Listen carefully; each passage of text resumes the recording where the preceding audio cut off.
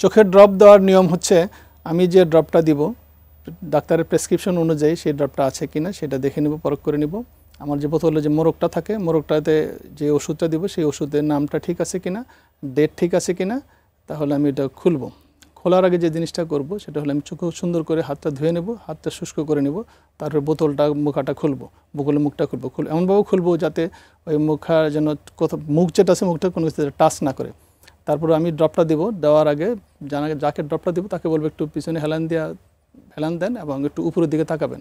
তাকানোর পরে আমরা চোখের পাতাটাকে আস্তে করে টান দিয়ে ধরবো। টান দিয়ে ধরার পরে চোখ এবং চোখের পাতা একটা পকেট তৈরি হবে, সেই পকেটে শুধুমাত্র 1 ফোঁটা ড্রপ ফেলবো।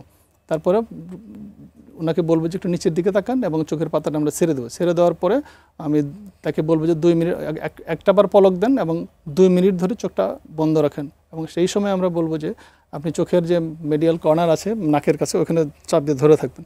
2 মিনিট ধরে থাকার পরে আবার সে নিয়মিত ব্লিঙ্ক করবে এবং চোখের যে ড্রপটা আছে, যে ড্রপ বোতলটা সুন্দর করে কয়েকটা লাগিয়ে আমি সুন্দর আলোহীন জায়গায়, ঠান্ডা জায়গায়, শুষ্ক জায়গায় রেখে দেবো।